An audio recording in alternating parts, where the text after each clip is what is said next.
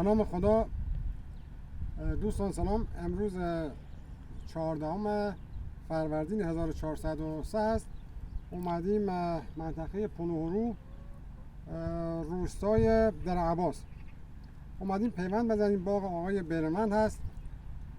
نکاتی که در پیوندزنی ما رعایت میکنیم به این شکل: اول چند روز پیش اینا رو سربرداری کردن. حالا به چوب همون کسی که قطعشو کرده اومدیم امروز بهش گفتیم یه مقداری سرزنی کرده که پوست درخت تازه بشه. بعد از اینکه پوست درخت تازه شد میام از کاشکاش بردوفیکس سطح مقطع رو ضد عفونی میکنیم، به خاطر که ممکن است ادوات آلوده به بیماری‌های قارچی باشه. کاملا اینو ضد عفونی میکنیم. بعد نوع پیوندی که اینجا داریم میزنیم پیوند تاجی هست. نوع قلمه‌ای که استفاده میکنیم چندر هست و یه عده‌ای هم میگن چون ارتفاع بیشتر از 1900 متر از سطح دریا از رقم فرنور هم استفاده میکنیم. تو کل باغ حدود 10 تا 20 تا پیوندک هم فرانکرد معمول گرد افشان هم استفاده میکنیم.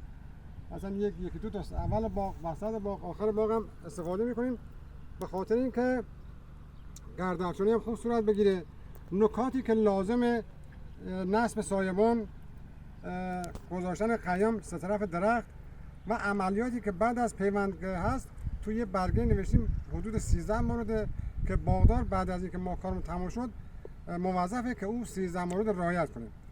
قابل زدن و تقویت کردن درخت.